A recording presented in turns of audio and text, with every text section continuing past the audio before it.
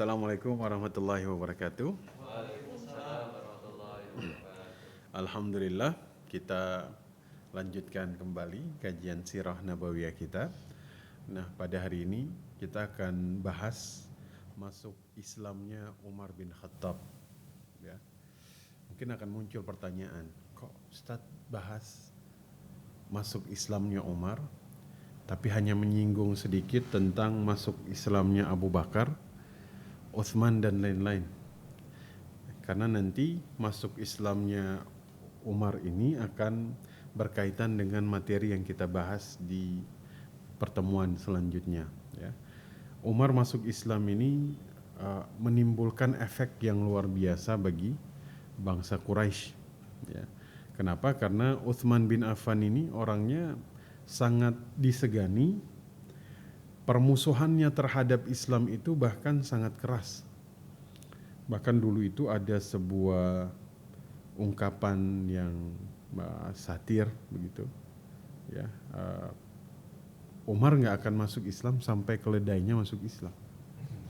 Ya, yang berarti tidak ada sedikit pun harapan Umar masuk Islam. Ya, tapi yang terjadi sebaliknya. Ya. Kita kalau dengar kisah bagaimana Umar itu marah ketika adik iparnya, ya namanya itu Sa'id bin Zaid bin Amr bin Tufail itu, ya itu nikahkan sama adik perempuannya Umar. Ya.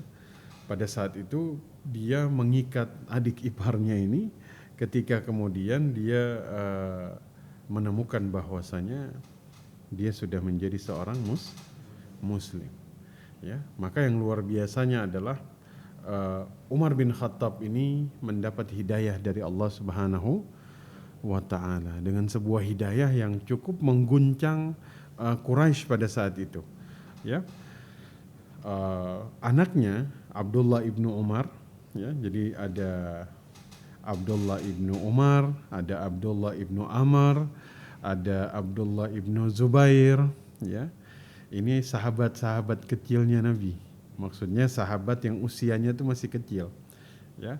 Abdullah ibnu Umar itu anaknya Umar bin Khattab. Nah, ini ada Abdullah ibnu Amr, anaknya Amr bin As. Abdullah ibnu Zubair, anaknya Zubair bin Awam. Nah, anaknya Umar itu Abdullah ibnu Umar itu dia menyebutkan bahwasanya Quraisy ketika mendengar Umar bin Khattab ini masuk Islam, ya, beliau ini mencari siapa pembesar Quraisy yang kemudian ahli dalam menyampaikan berita. Ya, zaman itu orang masuk Islam diam-diam, ya. Tapi Umar sengaja menampakkan keislamannya, ya, karena memang yang seperti kita tahu beliau ini terkenal sangat tegas, ya, dan sosoknya ini ditakuti. Ya, beliau datang, ya, kemudian menemui Jamil bin Ma'mur al-Jumahi, ya, pada saat itu untuk tolong disampaikan keislamanku kepada Quraisy. Ya, pada saat itu akhirnya dia berdiri, dia jalan, ya, kemudian dia sampai di pintu Masjidil Haram, kemudian dia berteriak, wa ya ma'asyiral Quraisy, wahai bangsa Quraisy, Umar sedang berpaling. Jadi penyampaiannya ini tuh tidak langsung Umar telah menjadi seorang muslim, tapi bahasanya itu Umar telah berpaling. Ya, seakan-akan tuh agak berat menerima kenyataan bahwa seorang Umar bin Khattab masuk Islam. Maka Umar kemudian mengatakan kadzab, dusta katanya, ya. Sesungguhnya aku masuk Islam, bersaksi tiada Tuhan yang disembah selain Allah dan Muhammad adalah hamba Allah dan Rasulnya. Jadi yang tadinya Umar berpaling, kata Umar kadzab, yang benar aku telah menjadi seorang Islam. Ya, maka keislamannya Umar ini cukup berpengaruh, ya. Kata Abdullah ibnu Abbas, ini Abdullah lagi nih, ya, anaknya Abbas bin Abdul Muttalib. Ya, ada Abadillah, ada beberapa Abdullah yang kemudian sahabat kecilnya Nabi, bukan sahabat masa kecil, tapi sahabat yang usianya masih kecil pada saat Nabi menerima wahyu. Nah, itu Abdullah ibnu Abbas mengatakan Ya, ketika nanti masa kekhalifahan beliau ditusuk ya. Pada saat itu beliau mengatakan, Islammu wa ya Amirul Mukminin Umar bin Khattab adalah izzah ya, kemuliaan yang Allah munculkan kepada Islam lewat dirimu. Jadi keislamannya Umar itu sangat berpengaruh ya, sangat berpengaruh ya. Jadi waktu Umar menyatakan dirinya masuk Islam pada saat itu ya, apa yang terjadi? Umar dikeroyok, itu berantem ya sama sekitar 30 orang dikatakan di sini ya, dalam sirah Ibnu Haisyam itu dikeroyok, jumlahnya 30 orang ya, yang kemudian memberikan atau reaksinya terhadap keislamannya Umar ya, itu luar biasa. Ya, Umar bin Khattab ya, beliau tetap meladeni walaupun kemudian mendapat tantangan seperti itu ya. Nah, maka kemudian kita lihat sama-sama, ini efeknya sangat kemudian mengguncang Quraisy. Kenapa? Karena mungkin kalau dalam pandangan mereka ya, Umar nih orang terakhir yang akan kemudian memeluk Islam sebelum keledainya masuk Islam. Gak pernah mereka tuh menyangka dalam pikiran mereka bahwa Umar bin Khattab ini akan kemudian menjadi seorang Islam ya. Tapi itulah kudrah Allah Subhanahu wa taala. Allah ini mampu atas segala sesuatu ya. Allah Maha menghidupkan bumi yang tandus menjadi subur ya. Allah bisa menghidupkan yang mati, mematikan yang hidup, apalagi kemudian menurunkan hidayah ke dalam seseorang yang hatinya keras ya. Maka Allah ini yang maha membolak-balikan hati. Wa ya muqallibal qulub tsabbit qalbi ala dinik.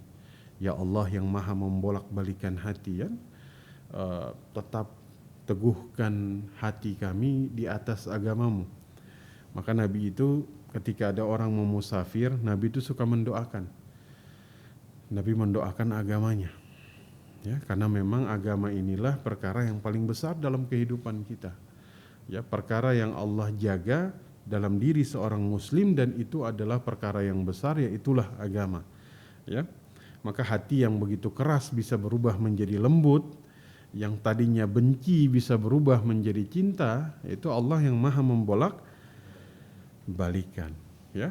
Maka kemudian ya, di dalam surat Al-Hadid Allah berfirman ya, dalam ayat ketika alam ya'ni lilladzina amanu an takhsha'a qulubuhum li dzikrillah, belum datang waktunya bagi orang-orang yang beriman, belumkah datang untuk tunduk ketika mereka mengingat Allah ya.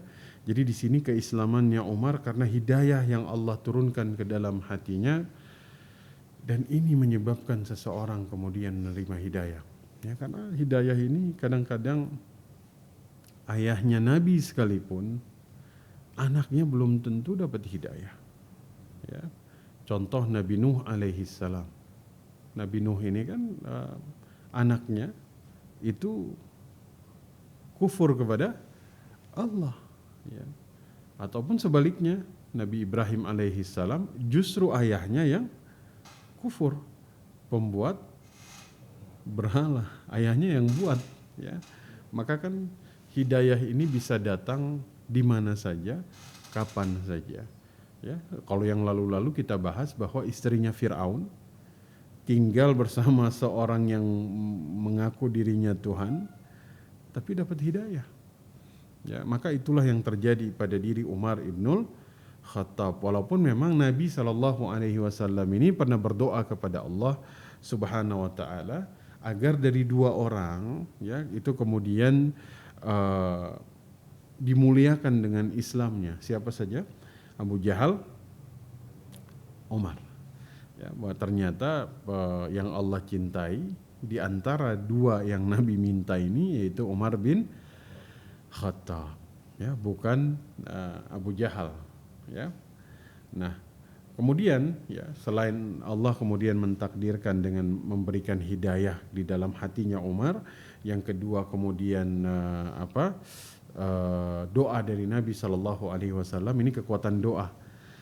Sebagaimana Nabi itu ketika bersama Abdullah ibnu Abbas, Nabi mengatakan, fa idza sa'alta fas'alillah.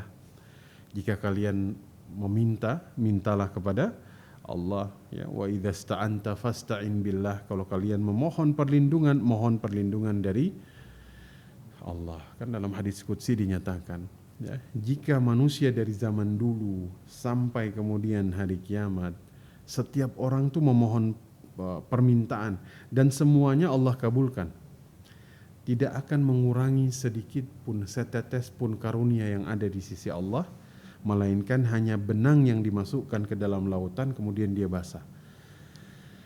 Ini kan luar biasa, ya. Makanya Nabi minta kepada Allah, ya. Nabi minta sesuatu yang mungkin pada pandangan Quraisy itu nggak mungkin. Abu Jahal jelas, ya, dia menampakkan sekali kan. Umar pada saat itu luar biasa. Bahkan Fatimah sendiri, adiknya Umar bin Khattab, mengatakan, ya, pada saat itu yang betul-betul memang saya harapkan keislamannya itu adalah Umar. Saya harapkan.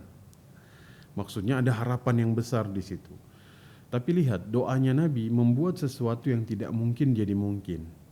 Ya, maka Islamnya Umar diantaranya dikatakan bahwa ini adalah berkat doa Nabi Sallallahu Alaihi Wasallam. Jadi jangan pernah meremehkan kekuatan doa. Kadang-kadang kan kita dalam kehidupan menjadikan doa sebagai ikhtiar yang porsinya sedikit. Ya, ikhtiar asbabi dunianya kita, asbab dunianya lebih besar. Ya, doa ini nantilah di akhir-akhir. Ya, padahal justru jadikan doa sebagai ikhtiar yang terbesar. Ya, ikhtiar juga ikhtiar. Ya, nah, kemudian ada juga riwayat yang mengatakan bahwa Umar ini masuk Islam karena merasakan getaran yang sangat luar biasa dari bacaan Al-Quran adiknya pada saat itu. Ya, kalam Allah. Ini kan kita bayangkan seorang Umar yang begitu memusuhi Islam, ya, yang balaghahnya Umar ini punya kemampuan bahasa Arab itu di atas rata-rata, sehingga dia itu mampu kemudian mengetahui tentang syair-syair, ya. Telinganya itu sudah terbiasa, ya. Tapi kemudian dia mendengar ayat Al-Quran dari rumah saudarinya. Ini kata Ibnu Hajar Al-Hafiz, Ibnu Hajar Al-Asqalani dalam kitab Fathul Bari, ya, ketika Umar mendengar bacaan dari saudarinya Fatimah dari ayat-ayat Al-Quran, ini langsung hati yang begitu membenci Islam, yang begitu keras, ya, begitu memusuhi Islam, tiba-tiba kemudian bisa berbalik. Maka masalah ketika kita yang sudah menerima Islam, mendengar ayat-ayat Allah, tapi kemudian tidak tergerak, ya. Ketika kita lihat Umar mendengar dengan hati yang begitu keras terhadap Islam, kemudian masuk Islam. Kalau zaman sekarang kita masih belum tersentuh karena ayat Al-Quran ini sesuatu yang cukup menyedihkan bagi kita, ya. Saya berdoa kepada Allah sebagaimana Nabi sering berdoa, Allahumma inni a'udzubika min qalbin la yakhsha. Ya Allah, saya berlindung kepadamu dari hati yang tidak khusyuk, yang tidak takut, tidak kemudian bergetar ketika mendengar ayat-ayat Al-Quran, sebagaimana hatinya Umar bergetar. Dalam kitab Fathul Bari disebutkan ketika saudarinya membaca Al-Quran. Dalam riwayat memang permulaan surat Thaha pada saat itu. Jadi kemuliaan Islam itu bertambah setelah Islamnya Umar bin Khattab, ya. Maka Ibnu Mas'ud saja dalam Mu'jamul Kabir beliau mengatakan, kami itu mulia semenjak Islamnya Umar bin Khattab, ya. Dulu kami itu nggak bisa sholat di Masjidil Haram, ya, di Baitullah, kecuali semenjak Islamnya Umar bin Khattab, ya. Jadi pada saat Islamnya Umar bin Khattab, dia ini senantiasa memerangi kaum musyrikin Makkah pada saat itu, sehingga kata Ibnu Mas'ud, barulah kami bisa sholat di Baitullah. Ya, itu kan luar luar biasa, ya. Maka Umar bin Khattab ini suatu hari dalam Sahih Sirah An-Nabawiyah, ya, Umar datang kepada Nabi Muhammad sallallahu alaihi wasallam. Kemudian Umar ini menceritakan bahwa Umar itu sungguh aku tuh tidak akan kemudian tidak meninggalkan satu majelis yang dulu ketika dia masih dalam kekufuran, ya, waktu zaman jahiliyah, ya, maksudnya dulu aku sering kemudian tidak bisa meninggalkan itu kecuali setelah aku mengumumkan keislamanku, ya. Aku datangi majelis-majelis yang biasanya aku suka berkumpul, aku umumkan keislamanku, ya. Jadi inilah karakter Umar. Ya, kalau yang lain kan kadang-kadang masih sembunyi-sembunyi. Kalau Umar enggak, didatengin memang satu-satu untuk kasih tahu, ya, bahwa saya telah menjadi seorang Islam. Ini kan butuh keberanian, ya. Ibnu Mas'ud dulu baca Quran itu pun resikonya dipukulin kan. Kalau Utsman sengaja memang datangin satu dalam Sahih Sirah An-Nabawiyah ini, ya, itu mengumumkan bahwa aku bersaksi tiada ilah atau Tuhan yang disembah selain Allah dan Nabi Muhammad itu utusan Allah. Kemudian dikeroyok. Ya, kemudian dikeroyok dan keroyokan ini akan semakin bertambah sampai nanti kemudian ada yang datang untuk memisahkan, ya, yang memisahkan ini namanya Al-As bin Wa'il As-Sahmi, ya, ini. Nah, maka ketika kemudian datang perintah hijrah, ya, ketika kemudian sebagian kaum muslimin itu kan meninggalkan Mekah dalam keadaan sembunyi-sembunyi karena khawatir kalau misalnya Quraisy ini akan bereaksi kan, karena dulu yang kita bahas hijrah pertama ke Habasyah itu, hijrah kedua kan pertentangannya luar biasa sampai mereka ngirim utusan. Nah, maka hijrah ke Madinah itu dilakukan sebagian sahabat itu kaum muslimin diam-diam, ya. Umar terang-terangan, ya, terang-terangan, ya. Memang waktu itu bersama Umar ada 20 sahabat Nabi sallallahu alaihi wasallam, ya, terang-terangan. Masya Allah, Umar ibnul Khattab, ya, ini luar biasa, ya. Kita kalau bahas Umar itu sirah Umar bisa satu ini sendiri, ya, baik dari sisi individunya ataupun dalam sisi bagaimana beliau itu menjadi khalifah dulu, ya. Beliau tuh sering nulis surat kepada pegawai-pegawainya. Hasib nafsaka, ya, hisaplah diri kalian, ya, sebelum kalian dihisap nanti di hari kiamat, ya. Itu karakter Umar bin Khattab, ya. Jadi memang Umar ini termasuk salah satu sahabat yang dijamin masuk syurga.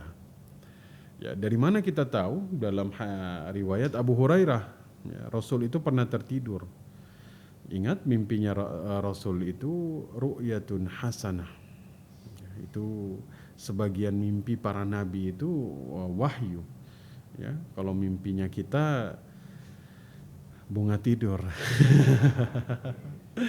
Ya, kadang-kadang sebelum tidur lupa minum, ya. Mimpinya ada di tengah padang pasir. Ya, itu karena keadaan sebelum tidur terbawa. Tapi mimpinya para rasul itu, ya, itu termasuk ru'yah hasanah.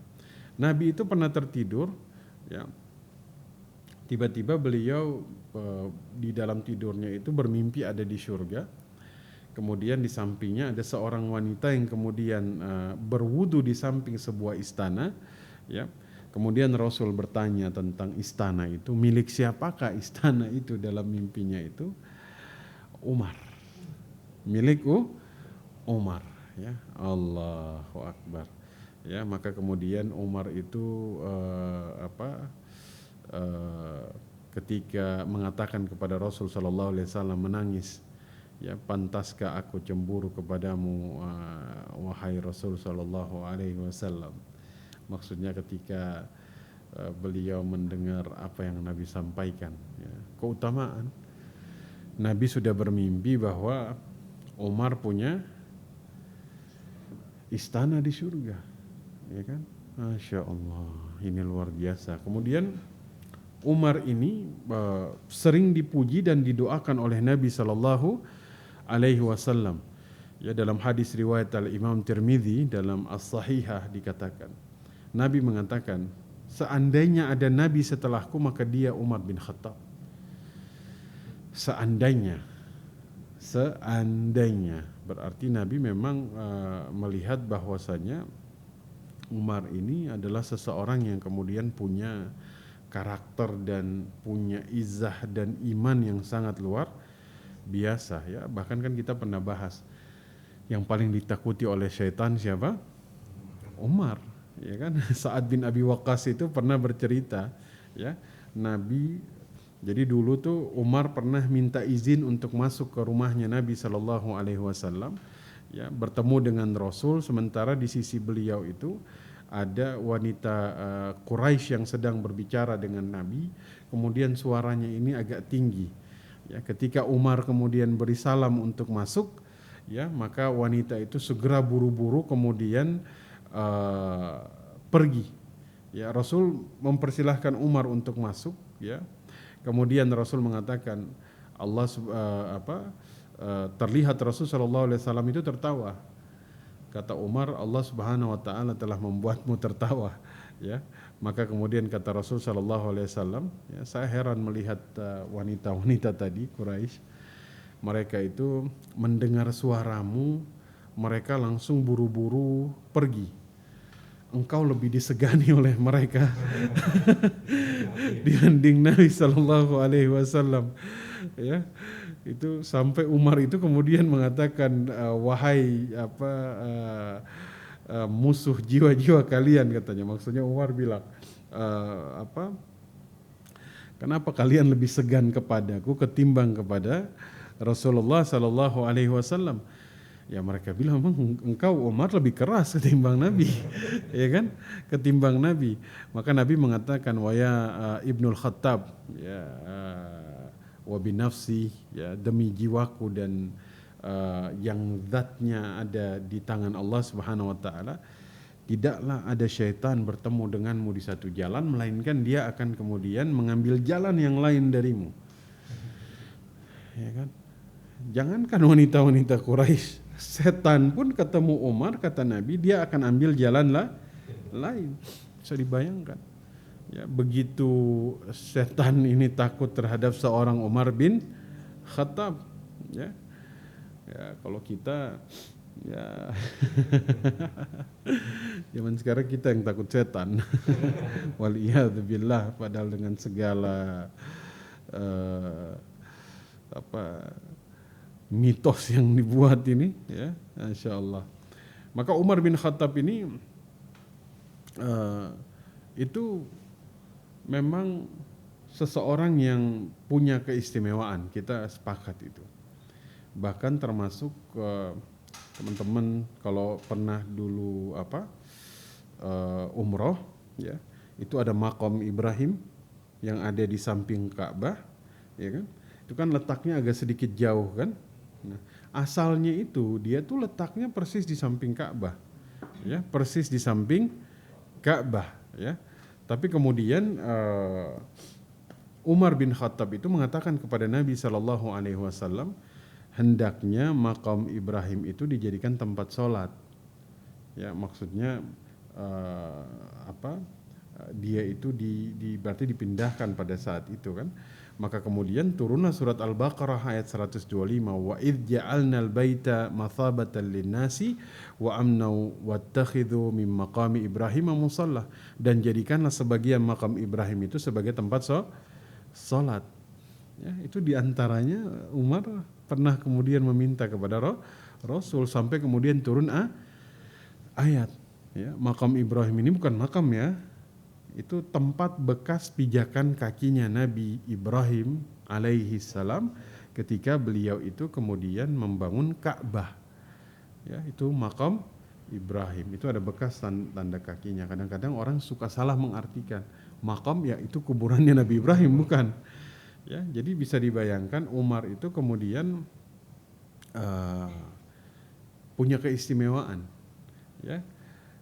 Maka kemudian uh, Umar bin Khattab dia takut kepada Allah sehingga membuat bangsa Romawi takut kepada dia. Ya Allah, ya. Jadi semakin besar kadar takutnya seseorang kepada Allah akan membuat dirinya ini disegani. Ya, itulah Umar bin Khattab. Karena Umar ini berhasil mewujudkan al-khauf war-raja. Rasa takut dan rasa harapnya itu kemudian digabungkan di situ. Jadi wajar kalau Umar bin Khattab ini ditakuti oleh segenap Quraisy, bangsa Arab pada saat itu, karena memang rasa takutnya kepada Allah itu sangat kemudian besar. Bahkan Umar mengatakan, seandainya ada suara dari langit yang kemudian mengatakan, sesungguhnya kalian akan masuk surga seluruhnya kecuali hanya satu orang, ya, maka sungguh aku takut satu orang itu diriku. Ini kan luar biasa, ya. Ini adalah sebuah khauf, rasa khawatir, ya, seorang Umar ibnul Khattab, ya. Maka Umar bin Khattab ini adalah seorang sahabat yang kemudian ketika masuk Islam, izzah Islam itu bertambah dengan keislamannya Umar, ya. Maka suatu hari Nabi itu pernah menaiki Bukit Uhud, ya. Ketika naik, ya, ada bersama beliau itu Abu Bakar, ya, kemudian Utsman dan kemudian Umar. Ya, ketika dia bergetar, Rasul Shallallahu Alaihi Wasallam menghentakkan kakinya dan mengatakan, tenanglah wahai Uhud. Kenapa? Di atasmu ada seorang nabi, ya, seorang siddiq dan 2 orang syahid. Allah. Seakan-akan Nabi itu Allah sudah membagi tahu bahwa nanti 2 orang sahabatnya Nabi ini syahid. Benar.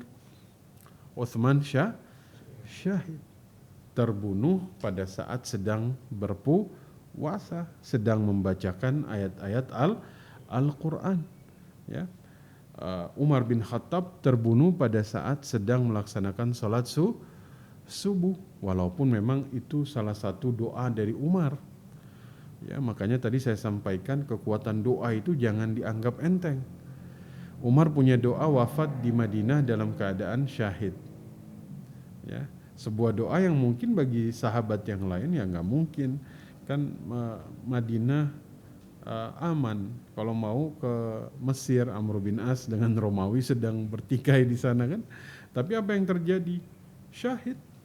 Ya, dan doa Nabi, diamlah wahai Uhud, di atasmu ada seorang nabi, siddiq yaitu Abu Bakar, dan 2 orang syahid. Terbukti Umar terbunuh pada saat itu, ya. Abu Lu'lu'a al-Majusi, ya, dia itu budaknya Abu Mughirah, ya, ini ahli senjata yang memang ahli racun. Ya, jadi Umar bin Khattab itu memang masya Allah, ya, beliau sangat luar biasa, ya. Banyak hal yang kita pelajari dari Umar bin Khattab, ya. Keikhlasan beliau dan ketegasan beliau membuat kaum muslimin itu begitu tegar di dalam dakwah, tidak ada fitnah yang kemudian bisa mengguncang Islam pada saat itu. Ketakwaannya mendorong beliau untuk kemudian cinta akhirat, ya, dan khawatir perbuatan-perbuatan dosanya ini yang beliau perbuat, ya, namun beliau berharap ampunan Allah Subhanahu wa taala. Ya, di antara khaufnya Umar yang paling terkenal ketika beliau meninggal adalah beliau tuh memanggil Huzaifah al-Yamani. Ya, karena Huzaifah al-Yamani ini sahabat yang dulu Nabi pernah memberikan nama-nama orang munafik, ya, dan catatan itu hanya ada bersama Huzaifah al-Yamani. Maka Umar di akhir hidupnya itu suruh panggil Huzaifah al-Yamani, tanya kepada Huzaifah al-Yamani, apakah namaku ada di daftar itu? Allah, apakah namaku ada di daftar Itu bayangkan khawatir dirinya termasuk orang munafik yang namanya ditulis oleh Huzaifah yang kemudian diberitahu Nabi. Dikatakan oleh Huzaifah al-Yamani, beliau itu memang nggak pernah memberitahu daftar ini kepada siapapun. Umar, namamu tidak ada di situ. Tapi lihat, kata Umar bin Khattab, lihat nanti kalau saya sudah meninggal, apakah Huzaifah al-Yamani termasuk di antara orang yang menyolatkan jenazahku atau tidak. Allah, seakan-akan itu kan khauf, takut, khawatir dengan perbuatan dosa yang kemudian bisa memudaratkan dirinya. Muncul dari seseorang yang punya sumbangsi besar terhadap Islam, ketakwaannya luar biasa, Umar bin Khattab. Nah, kita dengan karakter yang kemudian jauh, ya, kemudian tidak punya rasa khauf seperti Umar, maka saya minta kepada Allah semoga khauf, rasa takut kita ini senantiasa Allah turunkan sehingga kita bisa teralihkan dari perbuatan dosa. Amin ya rabbal alamin. Ya, semoga kita dikumpulkan bersama Nabi dan para sahabatnya di tempat yang terbaik. Amin ya Rabb. Kita tutup pertemuan kita pada hari ini dengan doa kafaratul majlis. Subhanaka Allahumma wa bihamdika asyhadu an la ilaha illa anta astaghfiruka wa atubu ilaik. Assalamualaikum warahmatullahi wabarakatuh.